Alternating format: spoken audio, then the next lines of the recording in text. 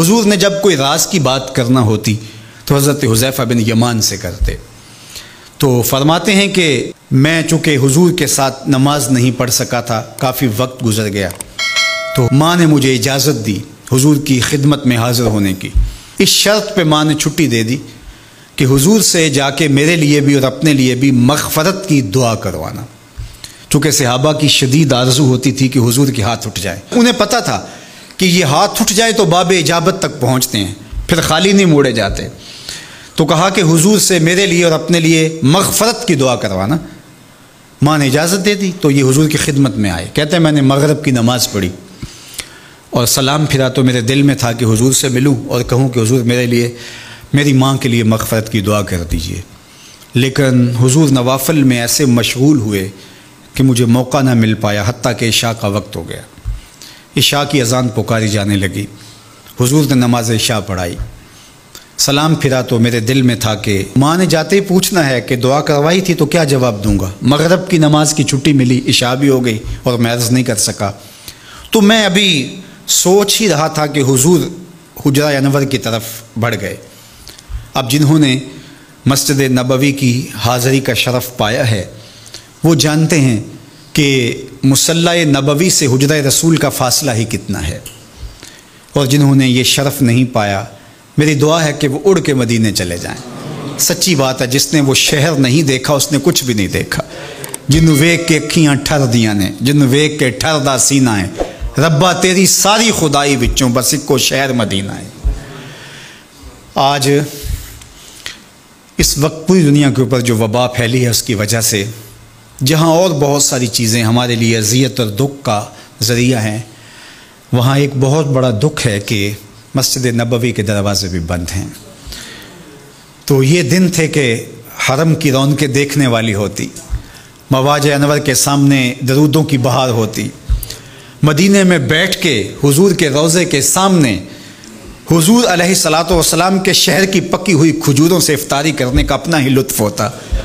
آج مدینے کے لوگ بھی ترس رہے ہیں۔ بچپن سے لڑکپن تک اور لڑکپن سے جوانی تک اور جوانی سے بڑھاپے تک 80 سال عمر ہو گئی، جنہوں نے رمضان المبارک کا روزہ مسجد نبوی سے باہر کبھی کھولا ہی نہیں، آج اپنے گھروں کی چھتوں پہ کھڑے ہو کے میناروں کو دیکھتے اور چیخیں مار رہے ہیں۔ اللہ اس وبا کے دن مختصر کر دے اور اس امت کے لیے آسانیاں پیدا کر دے۔ تو حضور علیہ السلام اٹھے مصلی انور سے اور اپنے حجرہ انور کی طرف چل پڑے۔ تو حضرت حذیفہ بن یمان کہتے ہیں کہ میں بھی حضور کے پیچھے چل پڑا، غیر ارادی طور پہ کچھ رفتار تیز ہو گئی تو قدموں سے آہٹ پیدا ہوئی۔ تو حضور نے ارشاد فرمایا کہ من ھذا، کون ہے؟ پھر خود ہی کہا حذیفہ تو نہیں؟ قلت نعم، میں نے کہا جی حضور میں حذیفہ ہوں۔ تو آقا کریم علیہ السلام نے کوئی توقف کیے بغیر فرمایا ما حاجتوں کا غفر اللہ لک والے امک کا، اللہ تجھے بھی بخش دے، تیری ماں کو بھی بخش دے، کس کام آئے ہو؟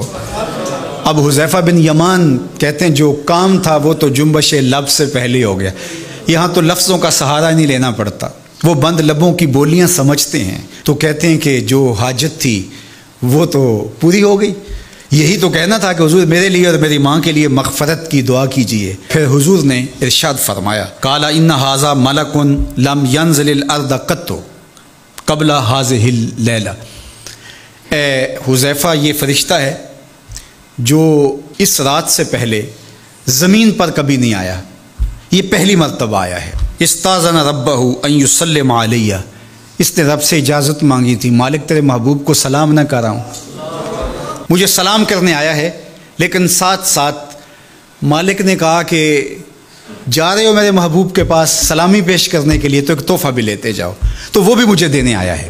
تو وہ تحفہ کیا ہے سنو، بے انا فاطمہ سیدۃ نساء اہل الجنہ، مجھے خوشخبری دینے آیا ہے کہ آپ کی بیٹی فاطمہ جنتی عورتوں کی سردار ہے، اور وَأَنَّ الْحَسَنَ وَالْحُسَيْنَ سَيِّدَا شَبَابِ أَهْلِ الْجَنَّةِ، اور حسن اور حسین فاطمہ کے بیٹے جنتی جوانوں کے سردار ہیں۔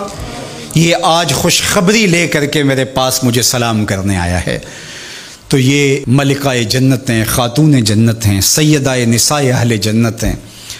کہتے ہیں کہ جب حضور علیہ الصلاۃ والسلام کو سیدہ فاطمہ الزہرا رضی اللہ تعالی عنہا کوئی بات کرتی تھیں تو حضور ان کی بات کو نہیں ٹالتے تھے، ان کی بات مان لیتے تھے۔ تو آج ہم سیدہ فاطمہ الزہرا رضی اللہ تعالی عنہا کی وساطت سے حضور کی بارگاہ میں استغاثہ پیش کرتے ہیں کہ اس امت مرحوم پہ اللہ سے رحم کی خیرات مانگیں اور اللہ میرے وطن کی خیر کرے، امن، رحمت اور کرم نوازیوں کے اجالے اور نور نصیب ہو، میری قوم کی بیٹیوں کو اسوہ فاطمہ کے اجالے عطا ہوں۔